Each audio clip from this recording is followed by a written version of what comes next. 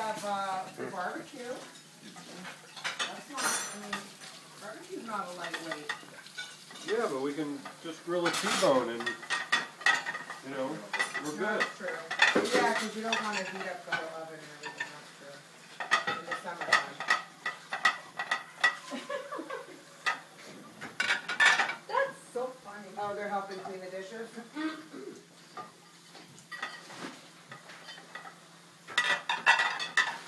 Oh my gosh. Come on, guys, you missed one over there.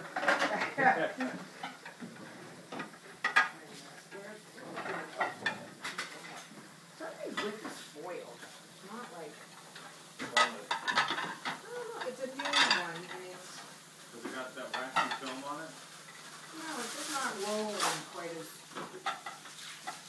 good as I would like it to. That's the pre-wash. Yep. Right. No, you really don't have to rinse those, Patrick.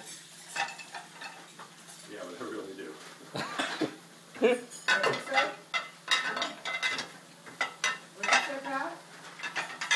Dan says you really don't need to rinse those because the dogs are doing such a good job. And I said, yeah, well, I really do because It'll make them sick.